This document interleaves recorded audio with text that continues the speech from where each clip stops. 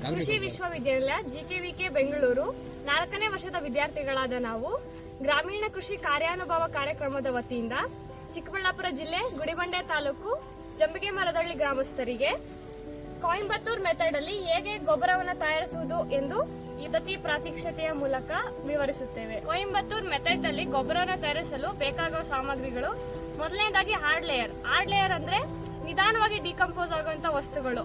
ಇಲ್ಲಿ ನಮ್ಗೆ ಲೋಕಲ್ ಅಲ್ಲಿ ಜೋಳನ ಬೆಳೆಯೋದ್ರಿಂದ ಜೋಳದ ಬೆಂಡು ಸಿಗುತ್ತೆ, ಸೊ ಅದನ್ನ ನಾವು ಮೊದಲನೇ ಲೇಯರ್ ಆಗಿ ಯೂಸ್ ಮಾಡಬಹುದು. ಎರಡನೇದಾಗಿ ರಾಗಿನ ಬೆಳಿತಾರೆ, ಸೊ ರಾಗಿಯ ಹುಲ್ಲು, ರಾಗಿ ಸ್ಟ್ರಾ ಇರುತ್ತಲ್ಲ ಅದನ್ನ ಸೆಕೆಂಡ್ ಲೇಯರ್ ಆಗಿ ಯೂಸ್ ಮಾಡಬಹುದು. ಮೂರನೇ ವಸ್ತು ಹಸಿರು ಎಲೆಗಳು, ಮರದ ಎಲೆಗಳು ಅಥವಾ ಕಿತ್ತಿರೋ ಕಳೆ, ಹೊಲದ ರೆಸಿಡ್ಯೂ, ಈ ತರ ವಸ್ತುಗಳನ್ನ ಯೂಸ್ ಮಾಡ್ಕೊಂಡು ಮೂರನೇ ಲೇಯರ್ನ ಹಾಕ್ಬೋದು. 4ನೇ ಲೇಯರ್ ಅಲ್ಲಿ SSP ನ ಹಾಕ್ಬೇಕು. ಹಾಗೆ 5ನೇ ಲೇಯರ್ ಅಲ್ಲಿ ಮಡ್ ಪ್ಲಾಸ್ಟರಿಂಗ್ ನ ಮಾಡಬೇಕು. ಗುಂಡಿನ ಎಷ್ಟು ಅಳತೆಯಲ್ಲಿ ತೆಗಿಬೇಕು ಅಂದ್ರೆ 3.6 ಅಂದ್ರೆ 3.6 ಮೀಟರ್ ಉದ್ದ, 1.8 ಮೀಟರ್ ಅಗಲ ಮತ್ತೆ 1 ಮೀಟರ್ ಆಳವಾಗಿ ಗುಂಡಿನ ತೆಗಿಬೇಕು. ಇದು ಸ್ಟ್ಯಾಂಡರ್ಡ್ ಅಳತೆ.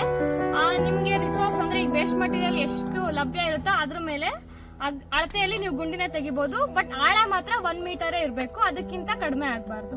ಇಷ್ಟೊತ್ತು ಹೇಳಿದ್ದನ್ನೇ ಫಾಲೋ ಮಾಡಿ ಪದ್ಧತಿ ಪ್ರತ್ಯಕ್ಷತೆಯ ಮೂಲಕ ಲೈವ್ ಆಗಿ ಹೇಗೆ ಗೊಬ್ಬರನ ತಯಾರಿಸೋದು ಅಂತ ನೋಡೋಣ ಬನ್ನಿ.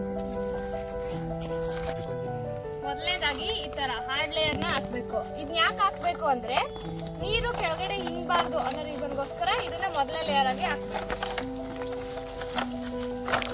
ನೀವು ಈ ತರ ತೆಗ್ದಿರೋ ಗುಂಡಿಲಿ ಒಂದ್ ಕಾಲ್ ಭಾಗ ಜಾಗನ ಹಾಗೆ ಬಿಡ್ಬೇಕು. ಯಾಕೆ ಬಿಡ್ಬೇಕು ಅಂದ್ರೆ ಇದನ್ನ ನೆಕ್ಸ್ಟ್ ಅದು ಡಿಕಂಪೋಸ್ ಆಗ್ತಾ ಇದ್ದಾಗ ಮಿಕ್ಸ್ ಮಾಡ್ಬೇಕಾಗುತ್ತೆ, ಮತ್ತೆ ಗಾಳಿ ಆಡ್ಬೇಕಾಗುತ್ತೆ. ಸೊ ಆ ರೀಸನ್ಗೋಸ್ಕರ ಗುಂಡಿಲಿ ಈ ತರ ಕಾಲ್ ಭಾಗ ಜಾಗನ ಬಿಡ್ಬೇಕು. ಈ ತರ ರಾಗಿ ಹುಲ್ಲು ಅಥವಾ ರಾಗಿ ಸ್ಟ್ರಾ ಇರುತ್ತಲ್ಲ ಅದನ್ನ 2ನೇ ಲೇಯರ್ ಆಗಿ ಹಾಕ್ಬೇಕು.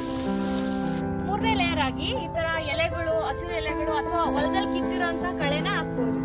4ನೇ ಲೇಯರ್ ಆಗಿ 10 ಗ್ರಾಮ್ನಷ್ಟು SSP ನ ಅಪ್ಲೈ ಮಾಡಬೇಕು. SSP ನ ಯಾಕೆ ಹಾಕ್ಬೇಕು ಅಂದ್ರೆ ಆ ಗೊಬ್ಬರದಲ್ಲಿ ಪೋಷಕಾಂಶಗಳ ಮಟ್ಟವನ್ನು ಹೆಚ್ಚಿಸಲು SSP ನ ಹಾಕ್ಬೇಕಾಗುತ್ತೆ. ಮತ್ತೆ ನೀರ್ನ ಮಿಕ್ಸ್ ಮಾಡಿರೋಂತ ಸಗಣಿ ಮಿಶ್ರಣವನ್ನ ಹಾಕಿರೋ 4 ಲೇಯರ್ ಮೇಲೆ ನೀಟಾಗಿ ಸ್ಪ್ರೆಡ್ ಮಾಡಬೇಕು. 6ನೇ ಲೇಯರ್ ಆಗಿ ಈ ತರ ಮಣ್ಣನ್ನ, ಸಗಣಿನ ಹಾಕಿದ ಮೇಲೆ ಮಣ್ಣನ್ನ ನೀಟಾಗಿ ಎಲ್ಲ ಕಡೆ ಸ್ಪ್ರೆಡ್ ಮಾಡಿ ಹಾಕ್ಬೇಕು.